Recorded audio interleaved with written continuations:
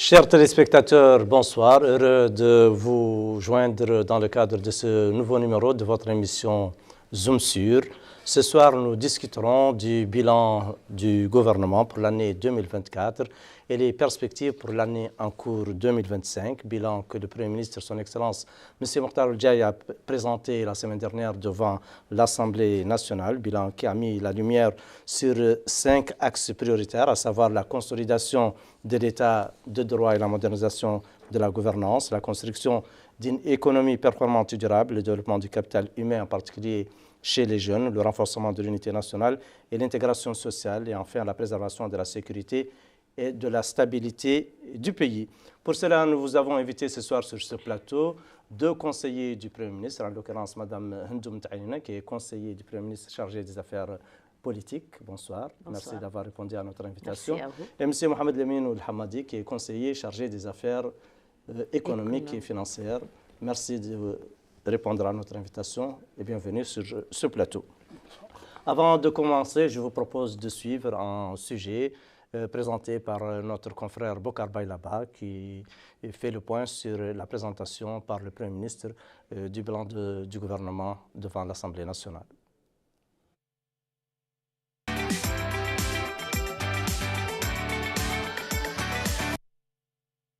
Le Premier ministre, M. Mokhtar Ould-Diaye, a passé en revue le bilan général des travaux du gouvernement au cours de l'année 2024 et les grandes lignes de ceux au cours de cette année 2025, dans le cadre de ses efforts visant à incarner la vision du président de la République, M. Mohamed Ould-Cheikh El Ghazouani, dans les programmes Mes engagements et mon ambition pour la patrie, qui s'articulent autour de plusieurs axes. Bâtir un état de droit et des institutions fortes avec une bonne gouvernance moderne. Construire une économie performante, résiliente et éco-durable. Promouvoir un capital humain bien formé et qualifié, en particulier parmi les jeunes. Réunir les conditions d'une unité nationale solide et d'une intégration sociale complémentaire. Assurer la sécurité et la stabilité de notre pays et renforcer sa présence et son rôle régional et international. Dans ce contexte, il a déclaré que le gouvernement a œuvré à la mise en œuvre des axes fondamentaux parmi lesquels figure la construction d'un état de droit et des institutions fortes, dotées d'une gouvernance moderne et saine, dans lequel la loi prévaut, les droits de l'homme et les libertés publiques sont continuellement renforcés et les citoyens sont servis de près en utilisant des méthodes modernes et efficaces. Au niveau du deuxième axe, le Premier ministre a déclaré que le gouvernement a œuvré au lancement de réformes structurelles fondamentales dans le but de libéraliser l'économie, encourager l'investissement, mobiliser les financements et créer les conditions nécessaires au décollage économique en révisant la loi sur le partenariat public-privé, ainsi que les codes d'investissement et du travail. Pour atteindre les objectifs recherchés par l'action gouvernementale au profit des citoyens, le Premier ministre a indiqué que des efforts ont été déployés pour consolider l'unité nationale et promouvoir la justice sociale en luttant contre la pauvreté et la marginalisation, en renforçant le filet de sécurité sociale. L'objectif est de renforcer la capacité des citoyens les plus pauvres et les plus vulnérables à faire face aux nouveaux défis de la vie quotidienne. Dans la continuité de la démarche de travail en 2024, le Premier ministre, M. Mokhtar Ould-Diaye, a déclaré que les grandes lignes du programme gouvernemental pour 2025 comprennent un ensemble de programmes de développement matérialisés par des ateliers de projets sur lesquels les efforts du gouvernement se concentreront sur la mise en œuvre, notamment la bonne gouvernance, la lutte contre la corruption, la construction de l'économie, la réforme de l'éducation, la modernisation du secteur de la santé et des infrastructures, ainsi que l'eau, l'énergie et la pêche. À cela s'ajoute le renforcement de la souveraineté alimentaire dans le domaine agricole, le développement de l'élevage, de la pêche maritime, la connexion des villes au réseau de communication et le domaine de la jeunesse et des sports. Évoquant la mise en œuvre de son programme pour l'année 2025, le Premier ministre a souligné que le gouvernement s'appuie sur le rôle central des élites religieuses, administratives, politiques, culturelles, sociétales et de la jeunesse, afin de renforcer le système démocratique, soutenir l'indépendance des autorités, améliorer la transparence et la coopération harmonieuse et établir un état de droit et d'institutions, conditions pour construire une patrie dans laquelle chacun se reconnaît. Le Premier ministre a déclaré que le défi doit être relevé et il faut redonner espoir à tous les Mauritaniens dans l'avenir de leur pays. Et il a souligné la nécessité d'œuvrer à la réalisation de l'ambition du président de la République de permettre à tous les Mauritaniens de travailler pour le bien-être de leur pays, main dans la main. Et la rupture définitive doit être consacrée avec toutes les considérations opposées aux valeurs de la République et de l'État national. Il a mis en exergue la nécessité de rompre définitivement avec la corruption, avec l'appropriation facile des deniers publics, avec la paresse et le mépris des métiers et autres moyens honorables de gagner sa vie. Le Premier ministre, M. Mokhtar Ndiaye, a conclu son intervention par saluer et exprimer sa gratitude et son grand respect à tous ceux qui veillent sur les frontières, notamment les membres des forces armées, les forces de sécurité, ainsi que les équipes éducatives et sanitaires qui sont actuellement présentes dans tous les villages et villes de la Mauritanie.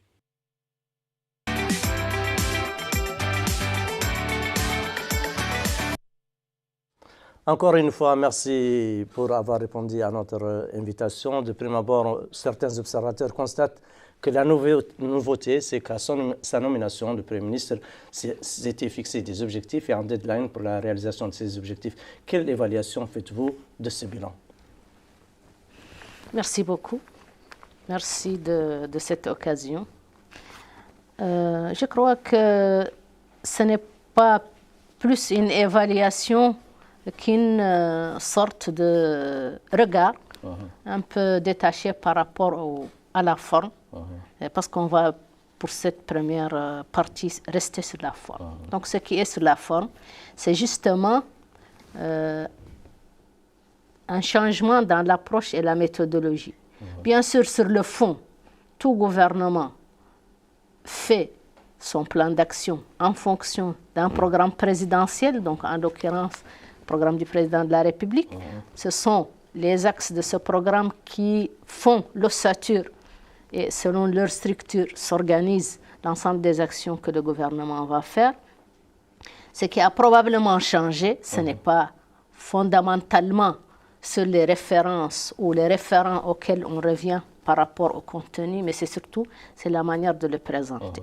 Donc maintenant, on a un bilan qui se répartit en deux parties, vu que quand même, ce sont deux gouvernements qui se sont succédés après une élection présidentielle. Donc, il y a un avant l'élection et un après l'élection. Et dans les deux cas, le bilan a été bien restitué de l'action du gouvernement, parce que ça, c'est un exercice constitutionnel. Donc, l'année, c'est janvier-décembre. Quel que soit le gouvernement en place. Donc ça ne tient pas fondamentalement compte de ça, sauf probablement dans la manière de le présenter comme ça a été fait ici. Donc c'est vraiment une continuité, un ensemble. L'essentiel étant que dans ce programme, il a été bien net ce qui a été fait avant et les engagements, parce qu'il y a eu des projets qui étaient là, et il y a eu une continuité sur toute l'année budgétaire. Mais il y a eu des engagements précis que le Premier ministre avait pris devant l'Assemblée nationale lors de la présentation de la déclaration de politique générale du gouvernement en septembre dernier. Et donc ces promesses, si on peut dire, ces engagements sont restitués dans ce document. C'est-à-dire ils sont restitués comme bilan. Ceux qui ont été faits, ceux qui ont été complétés, parce qu'il n'y avait pas que quelque chose qui commençait, il y avait quelque chose aussi qui finissait. Donc il y a ce qui a été fait, fini, ce qui a été lancé et ce qui a été projeté.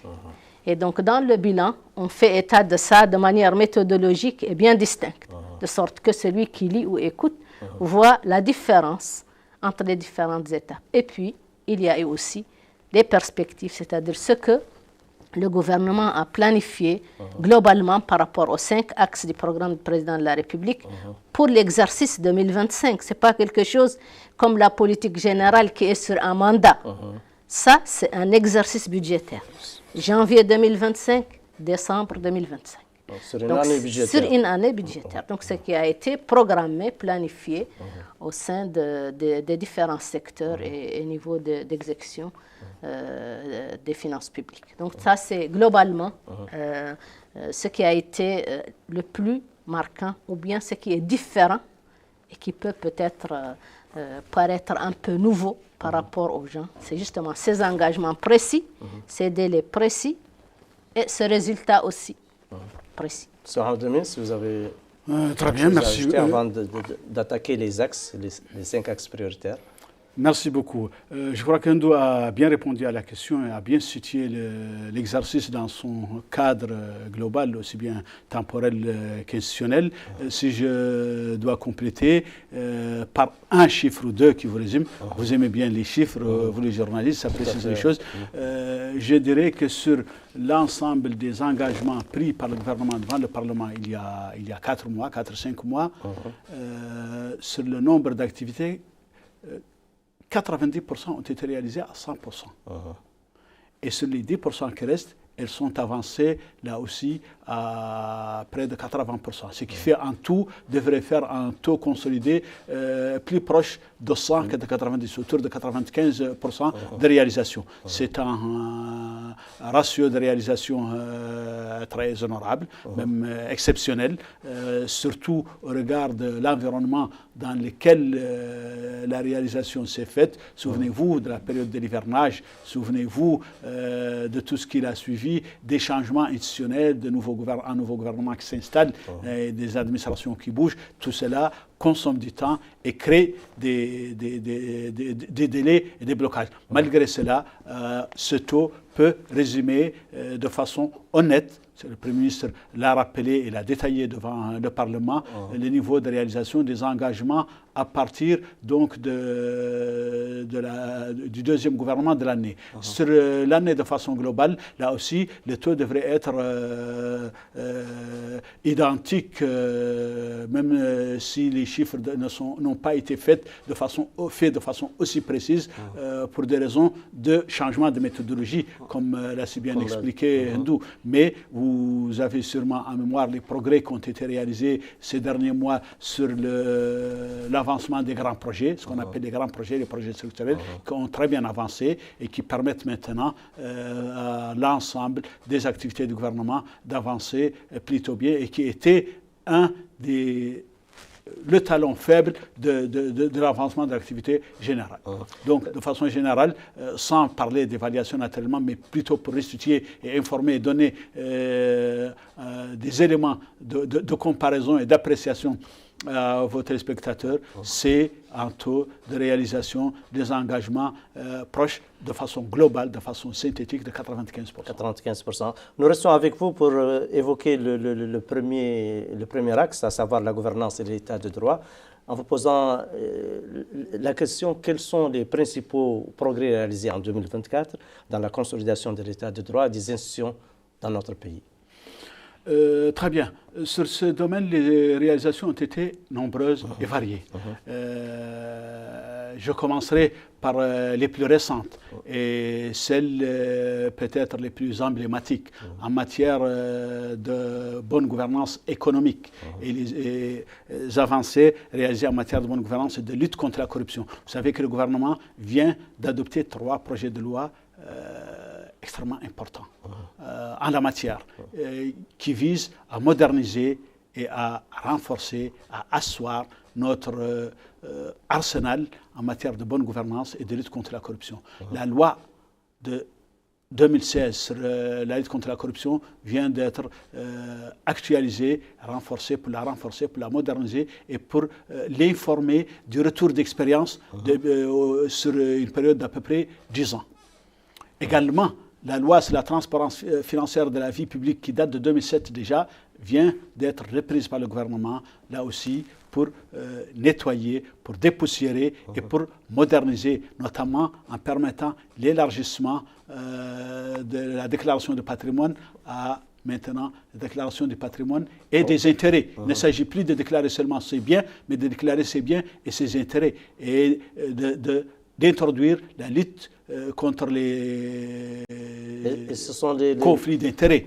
C'est tous les responsables de l'État qui sont concernés par ces déclarations? Pas seulement de l'État, toutes les personnes dans la vie publique.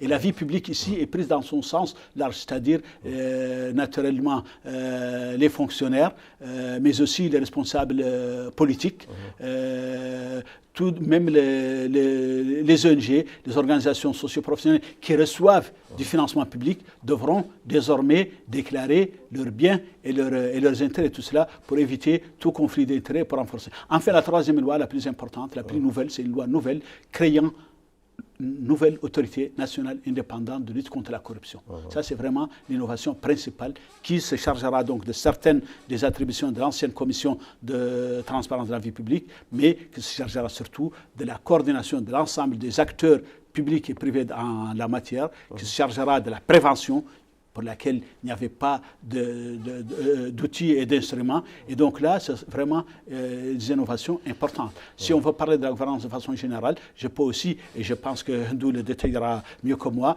parler de la loi qui vient d'être soumise au Parlement sur les partis politiques. Là aussi, l'organisation des partis politiques entre de plein dans l'organisation et la gouvernance publique. Vous savez, bien d'autres choses ont été faites que Hindou pourra compléter. Oui, bien sûr. La gouvernance, globalement, parce que ce sera trop réducteur de dire juste lutte contre la corruption. Ça fait partie. Mais il y a un ensemble d'éléments qui constituent la gouvernance globale de la chose publique. Et de notre rapport en tant que société et en tant qu'acteur à la chose publique. Et ça, c'est quelque chose de fondamental parce qu'il est déterminant dans la manière avec laquelle nous allons réellement juguler la mauvaise gestion et la corruption, qui sont les deux éléments qui gangrènent un peu toute l'action publique depuis beaucoup de temps. Donc ça, c'est dans l'ensemble. Maintenant, il a parlé de loi de lutte contre la corruption, contre les connivences, contre les conflits d'intérêts, la numérisation, c'est-à-dire l'affichage des marchés publics, la mise en ligne des marchés publics, ça fait partie. La classification des entreprises privées et publiques qui vont travailler et qui peuvent postuler à des marchés publics. Tout ça, ce sont des choses qui sont extrêmement importantes dans la manière avec laquelle nous allons faire notre approche. Mais il reste un élément aussi important. C'est-à-dire, il ne suffit pas. On l'a compris, parce qu'on a compris que toutes les lois que nous avions, et là, nos objecteurs diront il y avait des lois, il y avait des textes, et ça ne marchait pas. Ça ne pouvait pas marcher parce que ça ne sortait pas d'un contexte. C'est-à-dire qu'on fait chaque fois une loi parce qu'il faut faire une loi. Mais on ne l'adapte jamais à un contexte réel, avec des entreprises qui sont là, et on ne peut pas adapter une loi applicable en Europe sur un contexte mauritanien. Vous passez donc de la théorie à la pratique. Oui, parce qu'on ne peut pas appliquer totalement toute la théorie sur la gouvernance au sens global international sur un contexte local déterminé par beaucoup d'autres facteurs qu'il faut prendre en compte en contextualisant et en essayant d'appliquer, de faire en sorte que la loi soit applicable. Parce qu'elle n'est pas appliquée, parce que le plus souvent, elle n'est même pas applicable. Et si elle est applicable, il y a tellement de réticences de part et d'autre, sociales, administratives, du milieu des affaires, de tous les intérêts. Il y a tellement de réticences que ça ne peut pas marcher. Et donc, personne ne veut que ça marche a priori. Il faut une volonté politique. Là, elle existe, cette volonté. Avec le président de la République, c'est ferme. Avec le Premier ministre, c'est exprimé encore plus fermement et de manière beaucoup plus détaillée et pratique sur le terrain. Donc maintenant, ce qu'on veut, c'est que l'approche de lutte contre la mauvaise gestion, la malgouvernance, la corruption, soit une lutte de tout le monde. Ça n'appartient pas que, même si c'est déterminant, à l'administration. Et à cet égard, d'ailleurs, le gouvernement a pris les devants dans la mesure où dans les dispositifs de pilotage de la stratégie nationale de lutte contre la corruption, qui vient d'être elle aussi actualisée et modernisée, le gouvernement a pris l'initiative d'impliquer aussi bien le secteur privé que la société civile, qui sont désormais des acteurs au même titre que les organes étatiques dans cette bataille de bonne gouvernance et de lutte contre la corruption. Parce que, effectivement, la conviction du gouvernement, c'est que sans un secteur privé qui accompagne le gouvernement, sans société civile, sans opinion publique, sans contrôle citoyen, confirme, contrôle citoyen, qui présente une demande pour plus de transparence, plus de bonne gouvernance, la réforme ne peut pas aboutir et n'arrivera en tout cas pas au niveau de standard que le gouvernement souhaite. Et c'est à cet effet que l'implication du secteur privé, de la société civile et que la réforme, elle a parlé de la dématérialisation des marchés publics, c'est beaucoup plus large. C'est tout notre système national de passation de marchés publics qui est en cours de réforme là aussi pour le moderniser, mettre plus de transparence. Vous savez que la passation de marchés publics est identifiée dans tous les pays du monde, le nôtre compris comme l'un des secteurs où il y a l'un des domaines où les risques de corruption est assez présent. Et donc, pour prévenir, il fallait réformer notre système national de passation de marchés publics, il fallait le dématérialiser, le numériser pour introduire plus de transparence, plus de contrôle citoyen et plus de célérité. Et là, c'est aussi un autre aspect, c'est parce que cela participe à l'accélération et à la célérité de la mise en œuvre des projets et programmes de développement qui, souvent, on disait, ça prenait trop de temps, la passation de marché consomme trop. Eh bien, maintenant, la passation de marché va être automatisée, va être dématérialisée, tout le monde pourra participer en ligne, à partir de n'importe quel point du monde, et il y aura beaucoup moins, nous l'espérons en tout cas, et c'est fait pour cela, beaucoup moins de perte de temps, beaucoup moins de corruption, beaucoup moins d'opacité. Justement, pour parler de la célérité que vous évoquez tout à l'heure dans le cadre de la modernisation de l'administration, comment la numérisation des services publics pourrait-elle contribuer à la bonne gouvernance? Eh bien, justement, la numérisation contribue à plus d'un titre. D'abord, elle y contribue en introduisant de la transparence. Ce qui est numérisé, vous savez, est plus transparent. De la traçabilité. Les gens est plus traçable. Les citoyens deviennent de véritables acteurs. Ils ne sont plus des numéros dans une queue qui attendent devant un service public, le plus souvent pas toujours présent, qu'ils puissent régler leurs questions.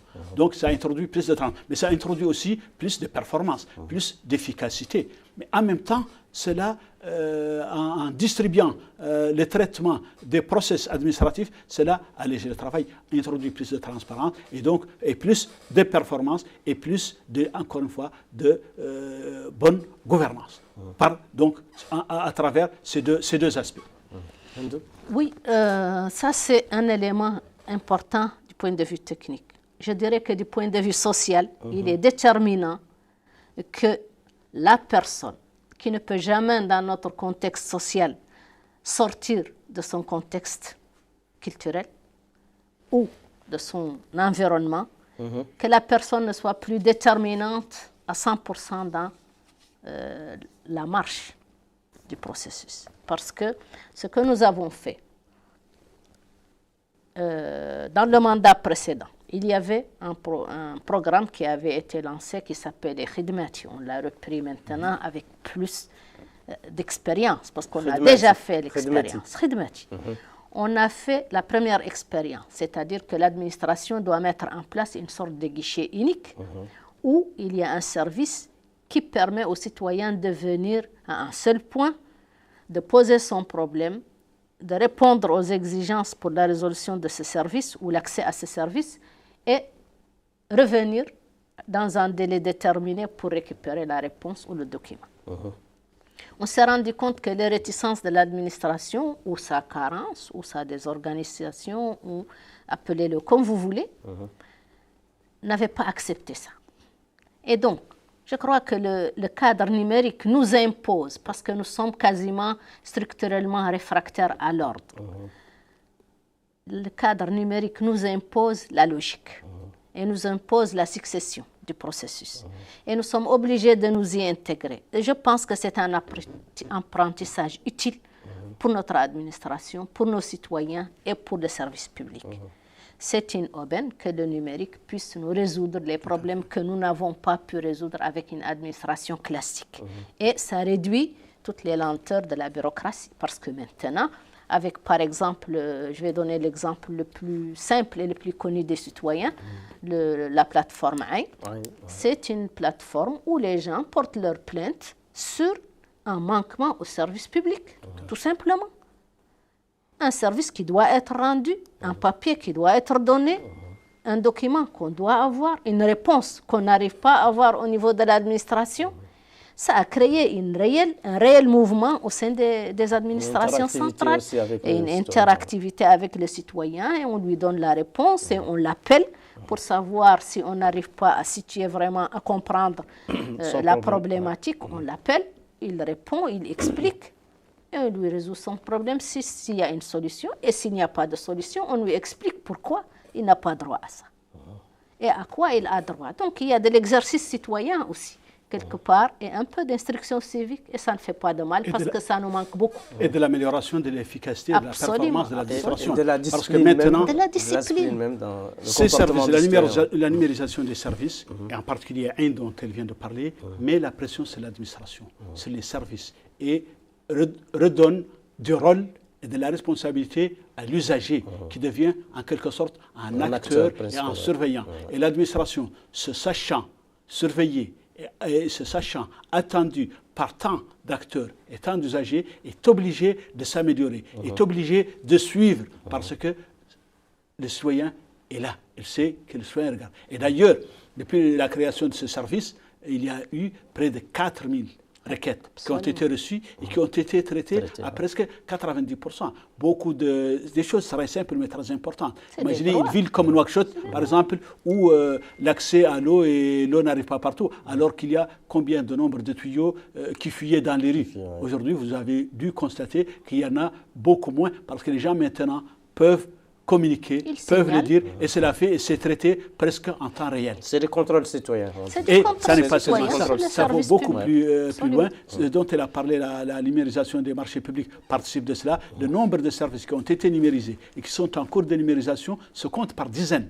Nombre de services administratifs, mais aussi de services usagers, de services, je dirais même presque marchands. Et notre économie, et cela vous donnera, est en train de se transformer, on en parlera peut-être dans le domaine de la transformation de l'économie, est en train de se transformer par le nombre d'entreprises et d'auto-emplois qui sont créés grâce justement à l'économie numérique qui se crée et à l'usage des nouvelles technologies. Des nouvelles technologies, des nouvelles applications. On aborde le deuxième axe, à savoir le développement économique durable. Le gouvernement parle de créer une économie résiliente et durable sur le plan environnemental. Quels secteurs prioritaires ont été ciblés? Eh bien justement, le gouvernement compte le faire de différentes manières. D'abord, la première approche, c'est de préserver le cadre macroéconomique global, de préserver les équilibres principaux en maintenant l'inflation sous contrôle. Et là, déjà en décembre dernier, l'inflation a été maintenue autour de 2,5%. Cela est extrêmement important dans la mesure où cela préserve le pouvoir d'achat des citoyens et c'est bon pour l'économie. Pour cette année, il est prévu qu'elle ne dépasse pas les 4%. Probablement, ce sera plutôt autour de 3%. En tout cas, moins de 4% d'inflation. La croissance sera pratiquement du même niveau qu'en 2024, c'est-à-dire donc 5%. Le déficit budgétaire sera maîtrisé. Donc, tout cela, le cadre macroéconomique sera préservé. Ça, c'est la première chose. La deuxième chose, le gouvernement compte surtout initier une transformation structurelle de notre économie pour créer, libérer les initiatives, libérer le potentiel, introduire dans la boucle économique beaucoup d'activités qui étaient plutôt informelles. Vous savez, notre économie est encore largement informelle. Cela laisse beaucoup d'activités hors, en quelque sorte, sous le radar et qui ne participent pas. Et il compte aussi développer les secteurs, les infrastructures de soutien à la croissance. Il compte diversifier les sources de croissance, notamment en exploitant, en développant, en transformant les secteurs dans lesquels nous disposons d'avantages comparatifs, tels que l'agriculture, tels que l'élevage, où nous disposons d'un cheptel très étendu, très large, alors qu'il n'est pas encore suffisamment intégré à notre économie et que nous continuons à importer, par exemple, annuellement de l'ordre de 150 millions de dollars de produits d'origine animale, notamment des produits laitiers, alors que ça, c'est par manque de transformation, d'industrialisation et d'intégration de notre secteur qui est pourtant là, la matière première là. On peut parler de la pêche du secteur halieutique, de ces énormes potentialités, là encore, pas encore suffisamment exploitées. On peut parler des mines et de l'énergie, en particulier les secteurs émergents de l'hydrogène vert, dans lesquels notre gouvernement vient de se doter, notre pays vient de se doter d'un code de l'hydrogène et d'une loi sur le contenu local qui va permettre à notre secteur privé, à nos entreprises locales, de pouvoir garder, capter une part de la valeur ajoutée et de cette manne et qu'elle ne reste pas entièrement entre les mains des grands groupes internationaux qui vont venir. On peut parler de choses beaucoup plus simples, j'en ai parlé tout à l'heure, le tourisme, où nous avons du potentiel. On peut parler des services, la restauration qui se développe maintenant assez bien à Nouakchott, les services numériques. Il y a de plus en plus d'entreprises souvent animées par des jeunes dynamiques et actifs qui développent des services et qui créent de la valeur ajoutée, qui emploient au minimum chacune une ou deux personnes. Donc vous voyez, nous avons le gouvernement, c'est sur ces leviers-là que le gouvernement compte agir pour développer cette économie. Et tout cela, naturellement, en préservant l'environnement, en préservant notre environnement fragile.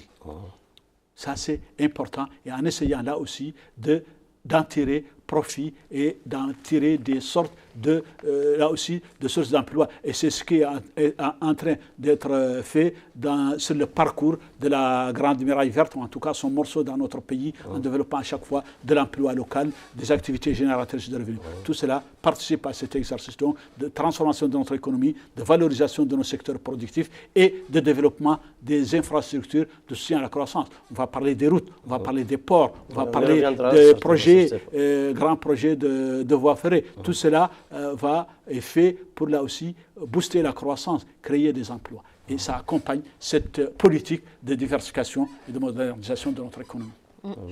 Oui, bien sûr. On parle d'emploi, il a parlé d'emploi en termes purement économiques, mais il reste un volet extrêmement important qui est le capital humain. Et ça, c'est un gros problème. Un gros problème parce qu'il faut aller depuis l'école jusqu'à la formation professionnelle, jusqu'à la formation supérieure. Et c'est un domaine où le manque est extrêmement fort. Donc là, c'est aussi quelque chose qui a commencé déjà et qui va continuer avec les centres de formation professionnelle, avec la création de nouvelles universités, de nouvelles écoles, de nouvelles entités de formation professionnelle et technique et spécialisée. Et tout ça, c'est pour rehausser le niveau des gens qui vont travailler ça, parce qu'on ne peut pas avoir une économie sans main-d'œuvre qualifiée. On ne peut pas, même si on avait de l'électricité, parce que déjà, on se dit, bon, on ne peut pas développer une industrie sans avoir de l'électricité bon marché, c'est clair, c'est élémentaire, sans avoir des routes, sans avoir de l'eau, suffisamment d'eau pour l'industrie, pas seulement pour boire, ni pour irriguer les cultures, mais aussi pour l'industrie. Donc c'est un problème structurel aussi. Tout ça, ce sont des choses qu'il faut déjà mettre en place et pour lesquelles il faut déjà avoir un personnel. Sans parler des projets d'avenir, comme il a dit, le gaz, le pétrole, la transformation des produits agricoles ou animaux. L'hydrogène vert, c'est encore plus compliqué et plus complexe. Et ça demande des technologies et des compétences extrêmement avancées. Donc tout ça, ce sont des défis. Et c'est ça qui est dit dans ce texte. C'est-à-dire qu'on est conscient de ces défis-là. On est conscient que c'est par l'école que ça doit commencer. Et l'école républicaine est fondamentale. Et c'est un engagement de tous. Ce n'est pas une question de gouvernement, parce qu'il est temps qu'on sorte de cette dualité. Le gouvernement doit faire. Mais le gouvernement, c'est nous, c'est tout le monde. Tout le monde doit demander, tout le monde doit exiger, et tout le monde doit participer. Parce qu'on est égaux en devoir, on est égaux en droit, mais on est aussi égaux en devoir. Et chacun a son devoir dedans. Le citoyen a son devoir pour surveiller si son enfant va à l'école. S'il y a une école, s'il y a un enseignant, s'il y a une table, s'il y a un livre. Et il a le droit et le devoir d'exiger que son enfant soit à l'école. Et ceux qui ne le font pas, on doit le leur imposer. Et ça, c'est aussi une transformation qui est en train d'être faite parce qu'on s'est rendu compte que parmi tous les handicaps existants, l'absence d'infrastructures scolaires suffisantes est déjà un handicap fondamental qui fait qu'on n'a pas suffisamment d'écoles, pas suffisamment d'enseignants pour ce que nous avons comme enfants. Et donc, ça aussi, il faut le relever. Le problème des infrastructures. Le problème de classe, le problème d'école, le problème de classe, les salles de classe. Donc ça, c'est quelque chose qu'on s'est déjà engagé depuis le lancement du programme de l'école républicaine à faire le maximum de salles de classe chaque année. Et cette année, ça a été fait. Et l'année prochaine, il y aura encore plus. Et dans le programme prioritaire pour Nouakchott, parce que les gens oublient Nouakchott, chaque fois qu'on dit construire les écoles, ils pensent à l'intérieur. Mais ici, c'est encore pire. Absolument. Parce que quasiment, si ce n'est pas la moitié, c'est quand même presque des Mauritaniens sont à Nouakchott. Et c'est ici qu'il faut faire des écoles. Et c'est ici qu'on a le moins d'espace pour faire des écoles.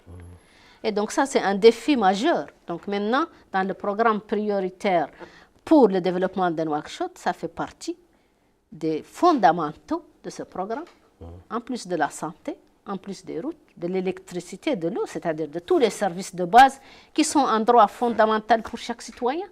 Ils doivent être là. Et les citoyens doivent surveiller que ça soit fait. Parce qu'on s'est engagé à le faire, il faut qu'ils surveillent que ça soit fait. Ça, c'est leur rôle aussi. Mais c'est bien pour cela que le gouvernement, conscient de ce défi-là, a mis, passez-moi l'expression, le paquet sur le développement du capital humain. L'année dernière, vous vous souvenez donc de l'inauguration, de la mise en service d'un nouveau campus de 11 000 places, qui a permis d'ailleurs, peut-être pour la première fois, d'absorber tous les sortants, tous les bacheliers cette année sans problème. Eh bien, le même effort va continuer en 2025, où plusieurs centaines de salles de classe vont être construites aussi bien à Nouakchott qu'à l'intérieur. Plusieurs écoles différentes, d'universités nouvelles sont programmées et leurs chantiers vont démarrer. Et les écoles professionnelles à Nouakchott, à Nouadhibou, à Kifa, à Tidjikja, à Ayoun, à Kaïdi, de nouvelles universités, de nouvelles écoles spécialisées. Tout cela, c'est justement pour doter notre économie de capital humain capable, bien formé, de main-d'œuvre qualifiée pour accompagner la transformation voulue de notre économie et sa structuration. Avant de passer aux infrastructures, je voudrais savoir quels sont les impacts de ces réformes structurelles sur l'économie nationale et quelles sont les perspectives pour 2025 par rapport à la croissance économique. Eh bien, écoutez, l'impact, c'est tout ce que nous disions. D'abord, c'est que cela prépare le terrain à la création de richesses, à la création, à l'investissement. Là aussi, on peut en parler. Le rôle de notre secteur privé, le rôle de la mobilisation de l'investissement. Le gouvernement prévoit, par exemple, préparer cette année une table ronde pour mobiliser les financements à la mesure de son ambition, pour financer les infrastructures et développer les secteurs productifs. Et il a introduit aussi et développé un nouveau code des investissements plus attractif pour attirer les investissements étrangers, parce que quelles que soient nos capacités de financement intérieur, elles ne suffiront jamais. Et vous savez qu'aujourd'hui, le développement dans tous les pays du monde est financé par les investissements étrangers qu'il faut aller chercher. Et pour cela, il faut leur créer un environnement attractif. Dans ce cadre que rentre donc la révision du code d'investissement. C'est dans ce cadre que rentre la révision de la loi sur les partenariats publics-privés qui permettent de mobiliser des financements privés pour financer notamment les infrastructures qui sont très gourmandes en financement. Donc toutes ces réformes-là sont destinées à préparer les terrains à cette transformation, encore une fois, structurelle de l'économie, à mettre des moyens à la disposition de notre économie, à créer des rôles pour notre secteur privé. On n'en a pas parlé. Le gouvernement n'oublie pas le rôle du secteur privé et son rôle moteur dans la création de richesses et de valeur ajoutée. Et d'ailleurs, c'est dans ce cadre que rentre, vous vous souvenez, il y a 2 semaines, une table ronde entre notre secteur privé national et le secteur privé sénégalais, pour ne parler que de celui-là, parce que c'est le plus récent, pour créer là encore plus de bretelles, plus de capacités de financement, de cofinancement et d'opportunités de développement à nos hommes d'affaires. Et cela, justement, créera des opportunités particulièrement pour faire face à l'étroitesse de notre marché, mais pour aussi permettre à d'autres privés, internationaux, étrangers de venir investir en Mauritanie, transformer nos matières premières, créer de l'emploi en Mauritanie, employer notre main-d'œuvre, notre jeunesse, pour lui permettre de participer au développement de son pays à domicile et ne pas plus avoir besoin de s'exiler pour trouver des chances d'emploi. Ça, c'est des choses extrêmement importantes. Donc, quels sont les projets structurants qui ont été réalisés au cours de l'année dernière, l'année 2024? L'année 2024. Si on peut les restituer en quelques mots. En quelques mots, oui. Enfin, en quelques exemples. Quelques exemples plutôt. Ce qui est fait en 2024. Comme j'avais dit au départ, il y a deux parties. Il y a la partie qui a été faite avant la présidentielle et il y a la partie qui a été faite depuis 5 mois à peu près. Donc dans cela, le travail a été une sorte de continuité avec un ensemble de chantiers qui ont été lancés depuis 2024. Disons par exemple que vous m'avez demandé par rapport à l'économie. Et moi, je vais vous parler du contexte global. Parce qu'il y a, pour parler économie, il faut parler gouvernance, il faut parler justice. Parce que c'est extrêmement important et ça part ensemble. C'est déterminant de sécuriser l'investissement, de garantir les conditions qui permettent à quelqu'un de venir investir. Si on met tous les points dont on a parlé maintenant pour mettre en place toutes les infrastructures de soutien à la croissance et au développement, sans avoir en parallèle une justice qui correspond, je crois que c'est un manquement très grave. Et donc, tout ce qui est sur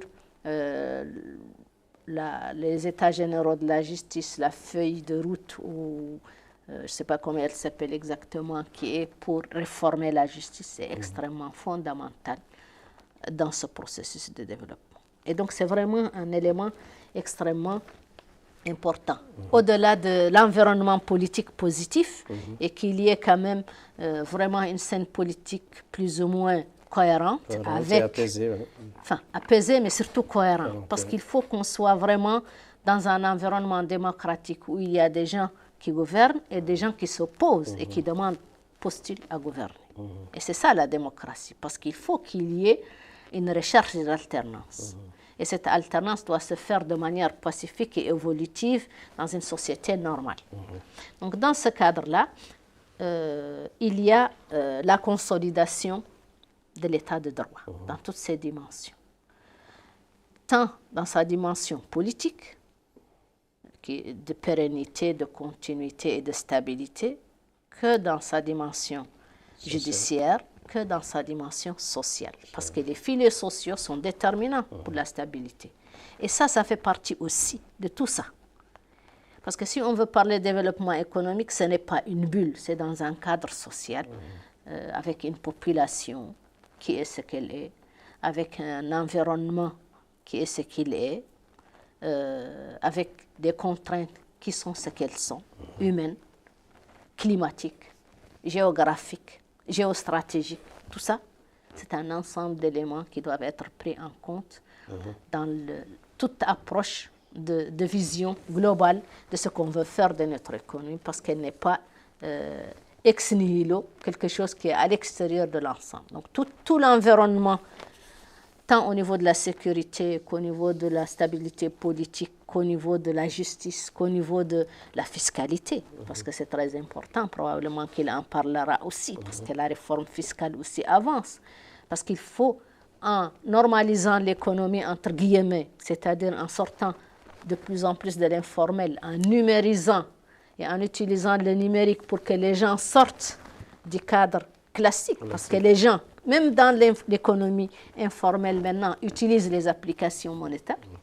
Donc ça, c'est quelque chose qui permet quand même d'avoir une traçabilité, une visibilité jusqu'à un certain niveau de l'activité, au moins monétaire. Et donc ça permet quand même d'avoir une idée. Tout ça, ça s'accompagne. Ça s'accompagne aussi par une politique fiscale cohérente. Et ça s'accompagne par un environnement global qui pousse à aller devant. Et surtout, une formation de cadres humains. C'est fondamental et c'est vital de former des Mauritaniens pour travailler, qu'ils acceptent de travailler, qu'ils acceptent de se former et qu'ils surtout d'inculquer la culture du travail et la culture du service. Parce que ça aussi, nous, on est venus un peu trop tôt dans la vie. C'est-à-dire qu'il y a quand même une sorte de fissure mentale, enfin ça c'est trop fort, mais quand même, quelque part, un dysfonctionnement qui fait qu'on est en ville, mais on est toujours dans nos brousses et dans notre désert. Et donc ça, c'est quelque chose avec lequel aussi nous sommes tenus de nous adapter pour aller de l'avant et de l'accepter. Ce n'est pas un défaut, c'est une nature, c'est tout. Et il faut l'accepter, il faut aller avec et adapter son contexte juridique, son contexte financier, économique avec tout ça, et politique. Je peux compléter en citant, par exemple, plusieurs tronçons de route qui ont été livrés en 2014.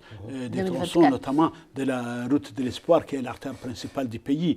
Je peux citer les chantiers des ponts en Nouakchott, le pont Haïsak, le pont Taazur, la finalisation imminente du pont de l'Amitié, Madrid.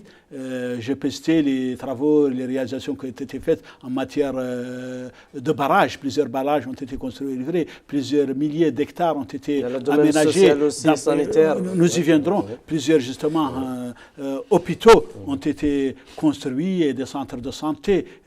Pour rester toujours, on peut citer la mise en service du champ gazier GTA, Grand Tortue Ahmedim, qui a commencé à produire. Et ça, c'est extrêmement important, parce que cela va mettre de nouvelles ressources à la disposition du pays, mais aussi de permettre l'exploitation du gaz pour produire de l'électricité qui va être au service de l'économie du pays. Et cela nous amène aux perspectives. Plusieurs centrales sont projetées en 2025 pour démarrer ou pour être préparées, notamment une centrale au gaz, une centrale en PPP, solaire ou éolienne, et ainsi de suite. 225 MW, 60 MW et d'autres. Je peux citer l'électrification des zones de production agricole qui a été livrée en grande partie en 2024.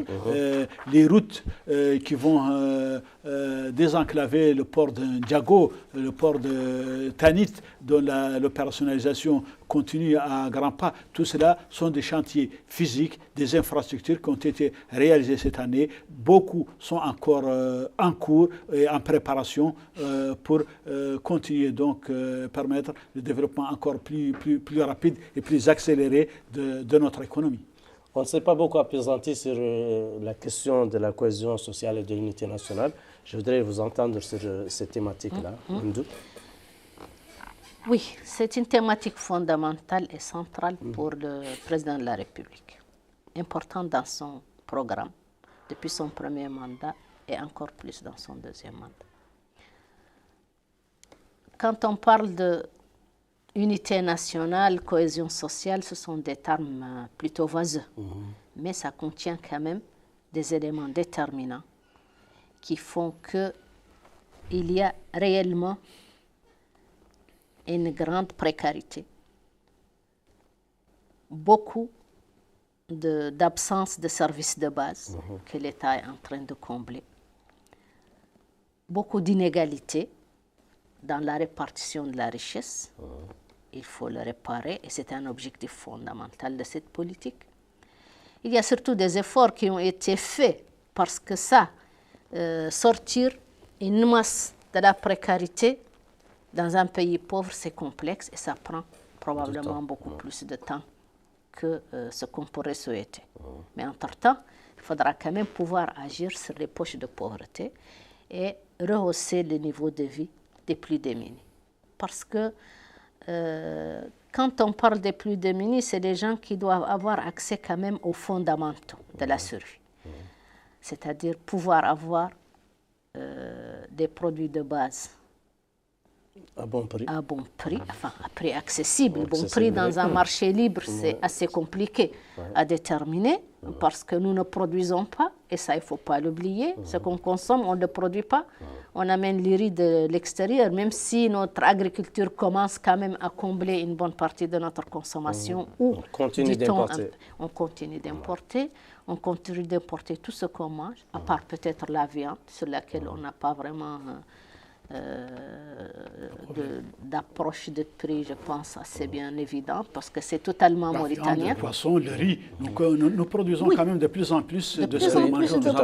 Mais ce n'est pas suffisant, parce que notre objectif, c'est vraiment... Et ça avance. C'est vraiment d'avoir... On attend encore notre souveraineté. La souveraineté, ce n'est pas l'autosuffisance. Parce que ce n'est pas évident dans un monde libéral de dire autosuffisant. Mais on peut dire quand même d'avoir l'essentiel de ce qu'on mange là.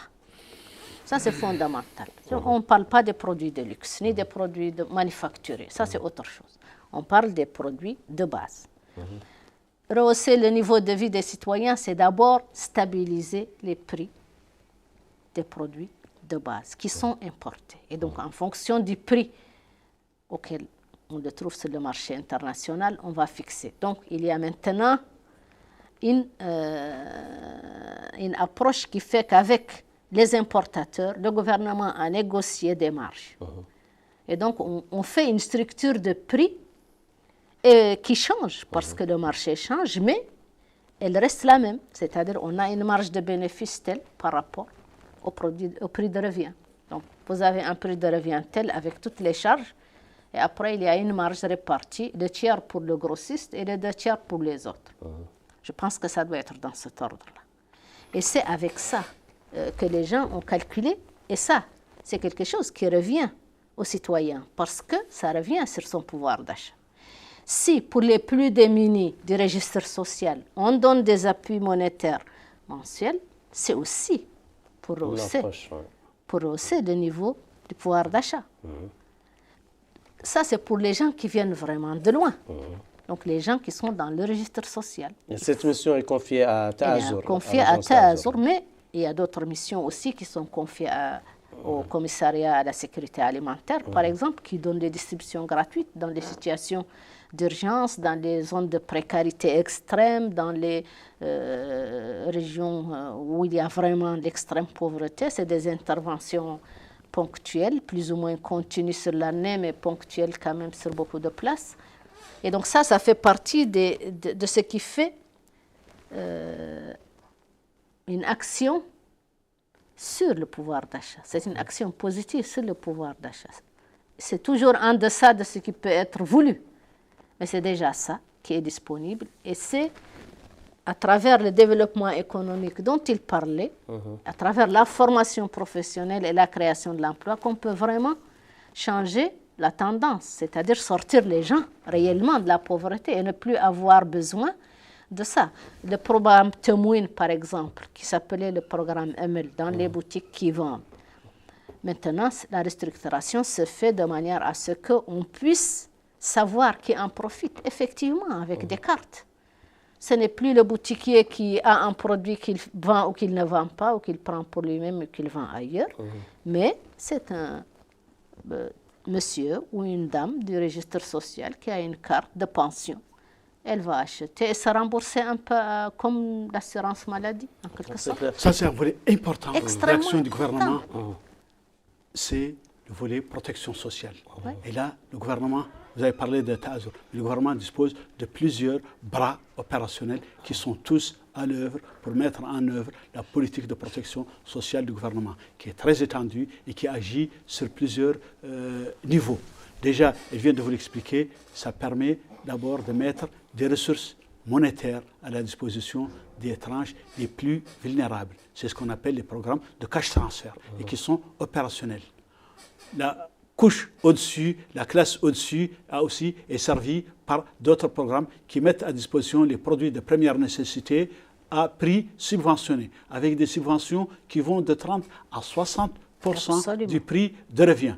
Elle a parlé du programme Temouine. par exemple, qui est en œuvre, qui est en cours de réforme, avec l'utilisation là aussi, et c'est l'une des numérisations des services publics qui va être réformée avec l'introduction de nouvelles applications qui vont servir justement d'assurer, de mieux faire le ciblage des bénéficiaires et d'assurer un meilleur suivi. Il y a aussi les produits, la maîtrise de la stabilité des prix des denrées de première nécessité auxquels le gouvernement est parvenu en signant des conventions avec les fédérations de commerce. Vous savez que le commerce dans notre pays est libre, mais le gouvernement a obtenu, dans le cadre de concertation avec les secteurs privés, et en particulier la fédération du commerce, que les prix, et il s'est doté des moyens réglementaires de le faire, que les prix des matières premières soient administrés de façon à maintenir une marge raisonnable et que les gens puissent. Et cela a permis de stabiliser les prix et même de faire baisser certains prix, certaines périodes de l'année, en fonction là aussi du principal paramètre que nous ne maîtrisons pas, qui est celui sur le marché international. Mais à chaque fois que ce paramètre permet qu'une baisse puisse être obtenue, elle est obtenue dans le cadre de ces mécanismes de concertation que le gouvernement a mis en place. On peut aussi parler des programmes pour les autres, des programmes de distribution gratuite de vivres auxquels les organes du gouvernement procèdent régulièrement. Tous ces programmes ont touché en 2024 plusieurs centaines de ménages, c'est-à-dire donc probablement le tiers de la population mauritanienne. Le gouvernement s'est doté aussi d'un instrument qui permet d'assurer la régulation du marché. C'est la centrale des achats et d'approvisionnement du marché qui permet à l'État d'avoir son propre bras opérationnel pour dire aux commerçants, attention, je dispose de stocks de denrées de première nécessité. Si vous ne respectez pas les accords passés entre vous, je vais intervenir directement sur le marché pour faire baisser les prix. Voyez donc, c'est une politique multiforme et destinée à plusieurs classes de la population selon les niveaux de vulnérabilité, qui va carrément de la distribution de cash transfert, de la distribution gratuite de vivres, de la vente de produits subventionnés, de la régulation du marché de façon globale. Et derrière tout cela, il y a aussi la politique macroéconomique globale qui permet, on en a parlé tout à l'heure, le maintien et la maîtrise de l'inflation. Et là aussi, ça permet de réguler, de juguler la montée des prix. Et cela bénéficie cette fois-ci à tout le monde et à tout le marché. Et tout cela s'accomplit heureusement, alhamdoulilah, dans un contexte de sécurité et de stabilité du pays, qui est dans un environnement plus ou moins sahélien, trouble.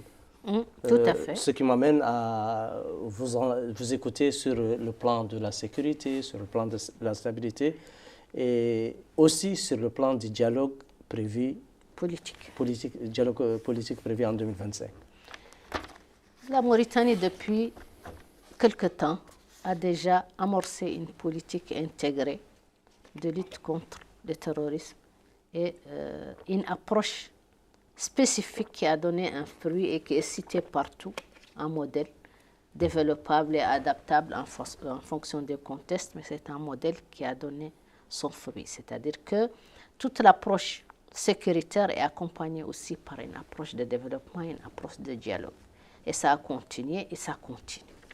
Donc c'est une approche qui contient beaucoup de dimensions. Ce n'est pas seulement la sécurité, ce n'est pas seulement l'armée, ce n'est pas seulement la force, mais aussi beaucoup d'autres paramètres qui entrent en jeu pour que toutes les parties prenantes dans ce contexte explosif puissent être mises à l'écart de notre territoire. La participation des citoyens aussi est déterminante dans cette histoire-là de sécurité et de conscience, et de plus en plus. Donc ça aussi, ça fait partie de notre approche. Donc c'est une approche intégrée sur laquelle beaucoup de travail a été fait jusqu'ici à l'international et qui est, alhamdoulilah, qui donne... il y a aussi la sécurité intérieure. La sécurité intérieure qui est importante. Et les défis de cette sécurité des biens et des personnes à l'intérieur des villes est aussi déterminante. Et c'est à ce niveau aussi que les forces de sécurité travaillent de manière extrêmement coordonnée pour maîtriser les flux migratoires qui sont extrêmement compliqués dans notre contexte et dans notre environnement, pour maîtriser la criminalité et s'adapter aux différentes formes de cette criminalité que nous ne connaissions pas, mais qui est là. Tout à fait. Et donc avec laquelle il faut utiliser les nouveaux instruments et les nouvelles approches et les nouvelles méthodes. Et nous évoluons, nos forces de sécurité évoluent avec ça et développent leurs moyens, et développent leur approche, et développent leurs méthodes en fonction des types de criminalité transfrontalière. Parce qu'il ne s'agit pas seulement de notre criminalité locale.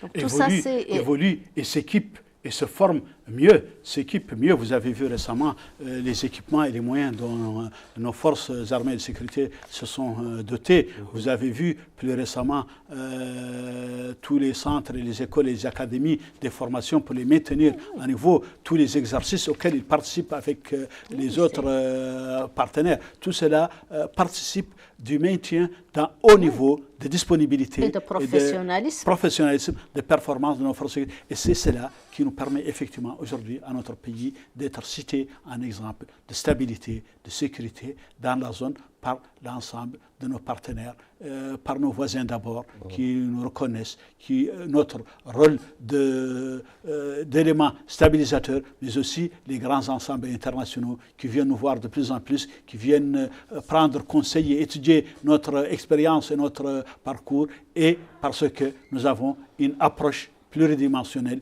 qui met pas seulement le paquet sur l'aspect sécurité, sur l'aspect force, mais sur l'aspect, là aussi, dialogue, sur l'aspect ouverture, sur l'aspect concertation et sur l'aspect préparation des esprits, parce que c'est d'abord dans les esprits que le calme, la paix et la non-paix, la guerre se préparent et naissent. Et donc, ça c'est extrêmement important, la formation, le dialogue, mais aussi la fermeté, la préparation de nos forces armées de sécurité. Et un autre défi dont on n'a pas parlé et qui aujourd'hui nous concerne en premier chef, c'est l'immigration clandestine et la migration clandestine. Et nous sommes au centre donc de cette nouvelle dynamique à laquelle nous devons nous préparer, à laquelle nous nous sommes préparés et aujourd'hui, et qui d'ailleurs commence à peser sur nos moyens, et l'État consacre aujourd'hui des ressources importantes, des ressources rares, à l'accueil de nos frères qui viennent dans les conditions extérieures, que les conditions extérieures obligent à venir chez nous, mais dont l'accueil est l'une de nos obligations d'hospitalité, mais en même temps, cela pèse sur nos ressources et cela commence aussi à peser sur d'autres aspects de la vie publique auxquels nous devons nous préparer et auxquels nos forces de sécurité se préparent. Voilà, le temps qui nous est imparti touche presque à sa fin. On va vous donner un dernier mot sur la diplomatie mauritanienne. Je parlerai plutôt du dialogue politique parce que tu m'as déjà posé la question. Du dialogue et de la diplomatie, et avec Mohamed Lemine, on terminera sur les perspectives 2025. Très bien.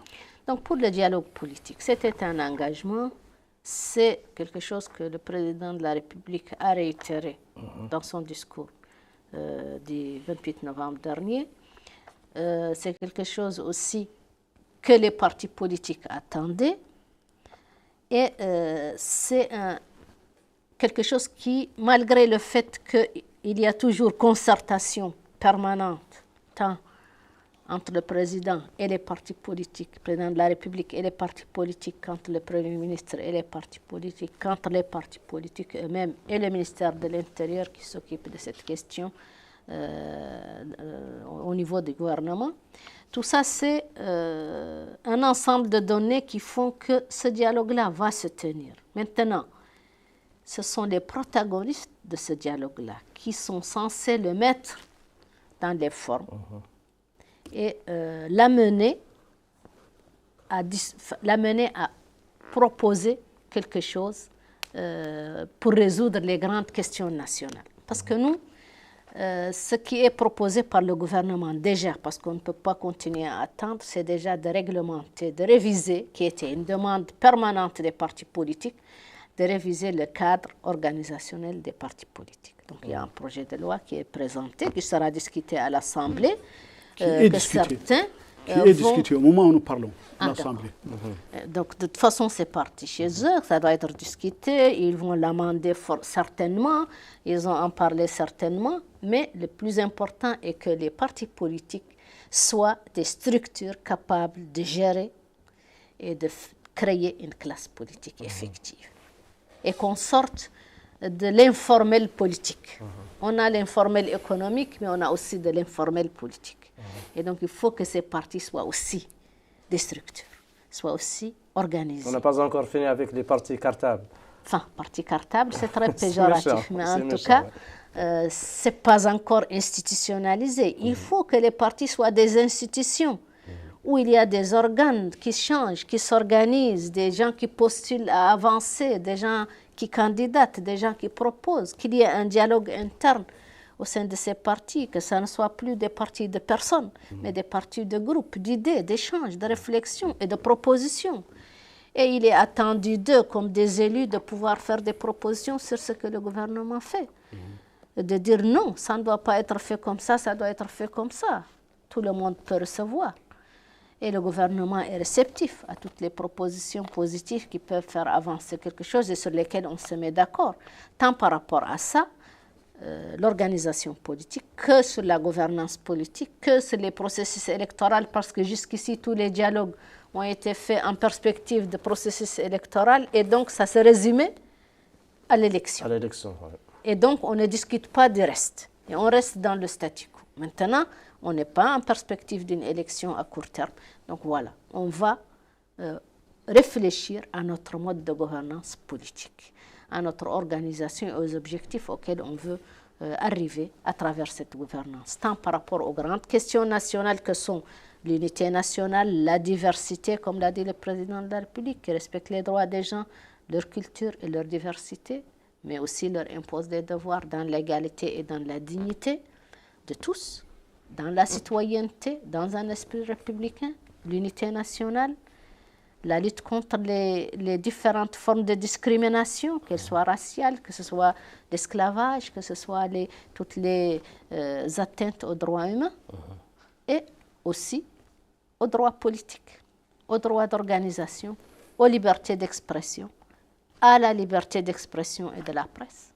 Et donc ça, c'est des éléments déterminants sur lesquels nous devons forcément nous mettre d'accord. Il faut qu'on se mette d'accord. Tout à fait. Mohamed Lamine, on va avec vous aborder les perspectives pour 2025, pour l'action du gouvernement de façon globale.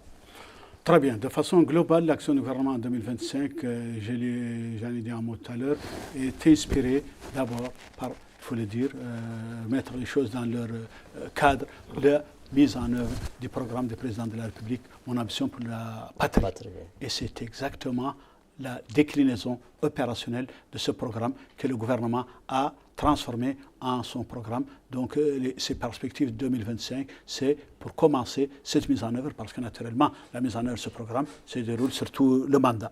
Et elle va continuer sur les principales réformes dont on vient de citer quelques-unes tout à l'heure en matière donc, de gouvernance économique, les principales réformes économiques en matière donc, de mobilisation de ressources pour le financement de l'économie, d'attraction climat de l'investissement, le code de l'investissement pour attirer plus d'investissements, de réforme de la continuation de la réforme de la zone franche, la réforme du code des marchés publics, la réforme de la loi sur les PPP, sa mise en œuvre va commencer. Donc ça c'est le cadre général. La lutte contre la corruption, la bonne gouvernance. J'ai parlé de 3 lois que le gouvernement vient d'adopter et qui vont être transmises au Parlement, certainement plus dans le cadre de cette session, mais la suivante. Et là aussi, nous sommes en avance sur le cadre, puisque cette loi devait être prête pour septembre 2025, dans le cadre du plan d'action gouvernance que le gouvernement a préparé avec ses partenaires au développement, et maintenant elle sera bien en avance. En matière d'infrastructure, donc et de transformation structurelle de l'économie, j'en ai parlé. La réforme fiscale pour avoir une fiscalité plus juste, plus équitable, mieux répartie et avec un élargissement de l'assiette fiscale, parce que, et ça c'est important à dire, nous sommes probablement l'un des pays où la pression fiscale est la plus faible. Et cela ne permet pas à un pays de se développer. On ne peut pas se développer en continuant de tendre la main aux autres. Nous devons baser notre développement d'abord sur nos moyens intérieurs et sur nos moyens endogènes.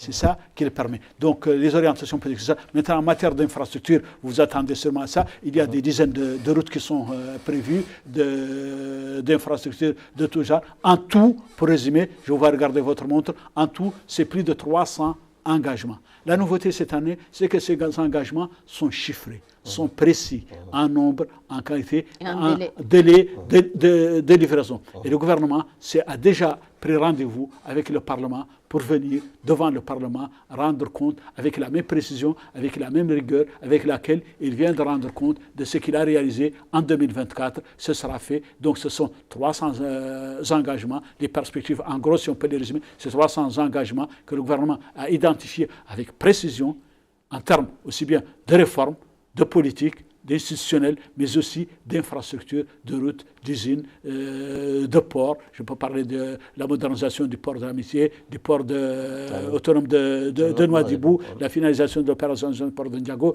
et ainsi de suite. Il y a plusieurs dizaines de barrages pour aller encore développer l'agriculture pluviale et augmenter le taux d'approche de la souveraineté alimentaire chère à Hindou. Et donc, il y a tout ça. Il y a de nouvelles centrales électriques qui vont être mises en chantier, là aussi, parce qu'il n'y a pas de développement sans électricité abordable. Et pour cela, aujourd'hui, notre capacité de production est limitée. Il faut développer de la production d'électricité, des moyens de distribution. Il y aura des lignes électriques, la finalisation des lignes présentes, le lancement de la ligne Nouakchott-Nema, pour laquelle le financement est en cours de mobilisation, des projets d'adduction d'eau, notamment l'alimentation de Kifa à partir du fleuve, la sécurisation de l'alimentation de Nouakchott en mettant en redondance deux sources d'approvisionnement, Idini et Beninagi, la sécurisation à Beninagi, plusieurs 500 villages et 500 localités qui vont être là aussi alimentées à l'eau, plus de 400 villages les localités qui vont être en électricité, dont certaines ne l'ont jamais été. Ça aussi, ça améliore le niveau de qualité de vie des citoyens, ça améliore le développement économique, ça permet la création de nouvelles opportunités d'emploi, de valeur ajoutée, et en un mot, ça permet d'amorcer, d'accélérer le développement, le processus de développement. Je vous donne encore à chacun une minute pour un dernier mot à l'endroit des citoyens, de la société civile. J'ajouterais juste un élément, une approche nouvelle de développement. Comment on appelle ça? Concertation. La concertation, la planification participative que le gouvernement vient de lancer. Donc, au niveau régional, maintenant, dans ce qu'on a fait à Nouakchott, sur le programme prioritaire de Nouakchott, c'est la même approche qui a été délocalisée dans des régions. Et donc, maintenant, nous sommes en train de récupérer, on a récupéré tous les rapports d'émission qui sont partis à l'intérieur, qui ont fait des concertations avec toutes les parties prenantes à l'intérieur du pays. Et c'est à travers ces rapports que seront planifiés pour cette année même les priorités en termes d'école, des services de base, les priorités en termes d'électrification rurale ou dans les villes, les priorités en termes de routes et de désenclavement, les priorités en termes d'eau, en termes de classes et d'écoles, en termes de centres de santé. Tout ça, ce sont des éléments qui vont sortir. On ne les a pas encore mis dans les perspectives, mais elles font partie de ce qui va être fait cette année et qui sera incessamment défini. D'ici février, nous aurons, normalement février-mars, nous aurons toute la planification, pas vrai? Vous, les planificateurs économiques. Donc, oui, c'est en train d'être finalisé, consolidé. Donc, on saura dans chaque région combien d'écoles vont être faites, combien de centres de santé, combien d'eau, points d'eau, etc., etc. Pour tous les services. Vous avez le dernier mot. Très bien. Alors, le gouvernement s'est engagé à plus de reddition de comptes, à plus de transparence, à plus de participation, offre plus de participation et d'opportunités aux citoyens. Lui donne le rôle de participer même à l'élaboration des lois et des stratégies. J'ai parlé tout à l'heure de la participation de la société civile et du secteur privé à la stratégie nationale de lutte contre la corruption. Maintenant, les ateliers de planification participative régionale qui vont être faits ont été faits pour donner l'opportunité aux citoyens, à ces représentations, à l'administration au niveau le plus local de participer au processus de développement. Cela ne peut se faire, c'est là où je veux en venir, ne peut se faire sans le rôle du citoyen. Le citoyen les rôles lui ont été donnés. Le gouvernement lui a ouvert les portes, lui a ouvert les opportunités et a mis même des applications numériques à sa disposition pour qu'il participe, il joue pleinement son rôle de citoyen qui contrôle, de citoyen acteur, qu'il joue son rôle de contrôle de l'action du gouvernement, qu'il participe par exemple au contrôle du niveau de la surveillance du niveau des prix. Le gouvernement ne peut pas mettre un contrôle derrière chaque boutique, mais le citoyen peut. Il n'y a pas de boutique sans voisin. Eh bien, maintenant, la balle est dans le camp du citoyen, qu'il joue son rôle, qu'il participe au développement de son pays et qu'il utilise les opportunités mises à sa disposition et qu'il mette le gouvernement au défi et de cet engagement de reddition de comptes qu'il a pris sur lui-même. Merci Mohamed Lamine Hammadi. Je rappelle que vous êtes conseiller du Premier ministre chargé de l'économie et des finances. Merci également à vous, Ndoum Tahnina, conseiller du Premier ministre chargé des affaires politiques. Merci à vous, chers téléspectateurs, de nous avoir suivis. Merci aux équipes techniques, cadres de studio, techniciens son et réalisation pour la réalisation de cette émission. On se donne rendez-vous très vite. D'ici là, passez d'agréables moments en suivant les programmes de El Mauritania. Au revoir.